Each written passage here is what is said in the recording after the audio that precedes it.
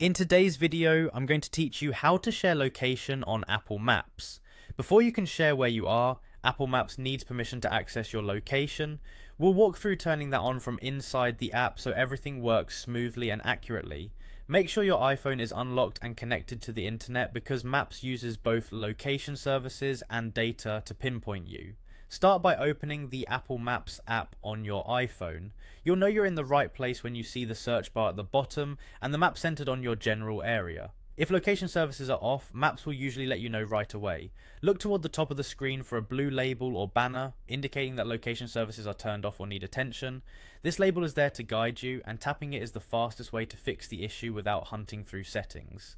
Go ahead and tap that blue label. A prompt will appear with an option that says Turn on in Settings. This is Apple's shortcut to take you directly to the correct settings page, saving you from digging through menus.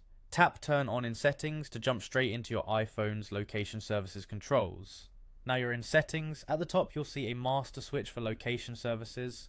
Toggle that on. This enables location for your device in general. For the best experience with Apple Maps, scroll down to find the Maps app in the list, tap it, and set Allow Location Access to while using the app.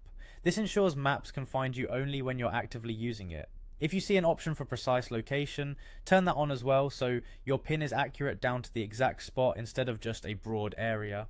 Once you've turned it on, return to Apple Maps. You should see a blue dot appear that represents your current location. That's your confirmation that everything is working. From here, you'll be able to use the share feature in Apple Maps to let others know where you are with accurate real-time information. If Maps still doesn't find you, try closing the app and reopening it, or briefly toggling airplane mode on and off to refresh your connection. And remember, you can always revisit settings later if you want to adjust your privacy controls. That's it. You've enabled location services through Apple Maps, which is the essential step before sharing your location confidently and accurately. Thanks for watching, and I'll see you in the next one.